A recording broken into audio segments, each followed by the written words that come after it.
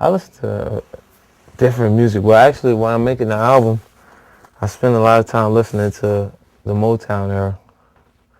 You know, and I didn't want to listen to very much hip hop because I think subconsciously we still, even when you don't have those intentions, when you listen to it and something good comes on, it changes what you pick next on the music that you've actually picked, and then it have like songs like Rider music, the influence from the music I was listening to prior to that, and it just came out feeling different because I don't think everyone else was listening to the same thing I'm listening to, and it's cool. I just want to make sure my album has its own identity, sonically sound different from everybody else's.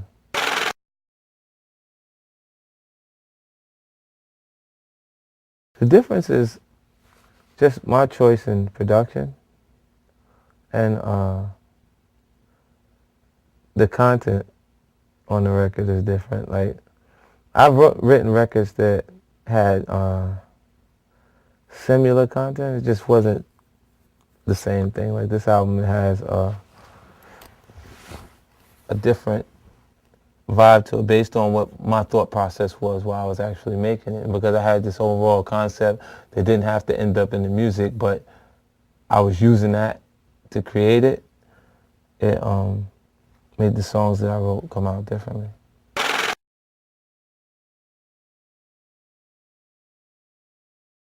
I had a tough choice of records, but I had to pull records off. Like even if I knew that this song was written like a single, I'm like, this is a single, but I'm like, I'm not gonna get a chance to use it because I know how many records I'm gonna actually get a chance to use. I pull those records off.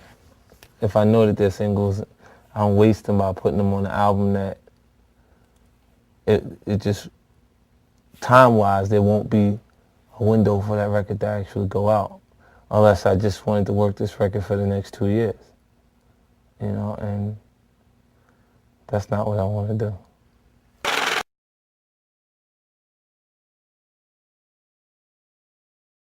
I think the record should, well, a great record has maybe 4 or 5 singles on it, and then the content that captures everything else. When you write the kind of music I write, it needs to show the aggression, and show the vulnerable points, show some innocence on some level. Because of the perception of the project is dark before they even hear it. It should have some of the things that surprise them on it.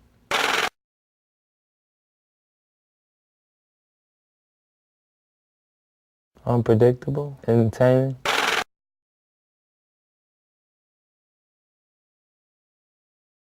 It's something that people don't know about me. Well, I'm good at some things, but something I'm bad at is resolving issues with artists. Once I get into like an altercation or whether it's verbal or physical altercation, I don't ever make attempts to resolve the situation. As I try not to initiate them because I know I'm bad at resolving it, you know. But when we actually get to that point where they feel like they want to compete with me, I think it's like a lot of artists see themselves in a space where if they can compete with whoever they feel like is on the top or in position and they win, that it does something for them as far as credibility is concerned. Because I don't think that those kind of records, when they're being disrespectful towards each other, actually sells albums. I think it just creates a soap opera. And if you don't have a record that actually is relevant at the same time, that it won't do anything for your record sales.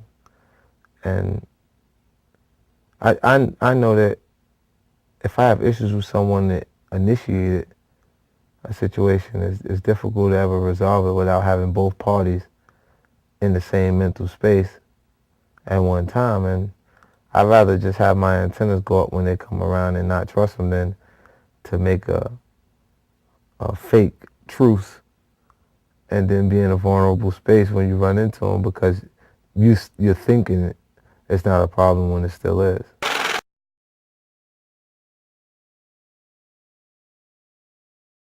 What makes me happy is when I can actually come with an idea creatively and the world embraces it.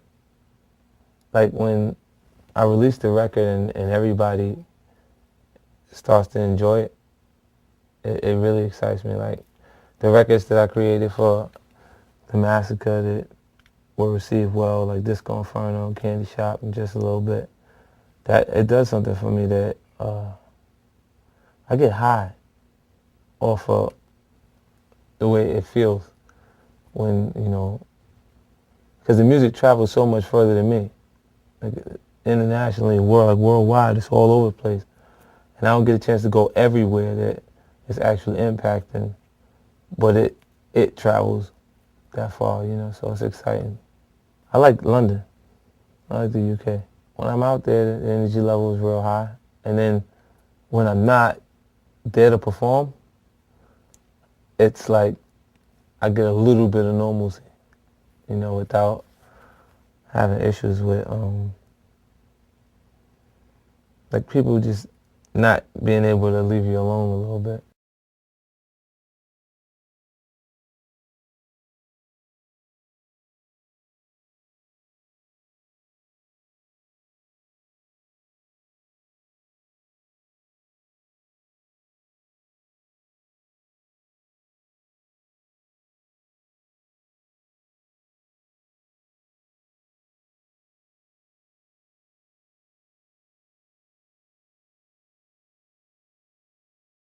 You don't want to miss it. Seriously hot music.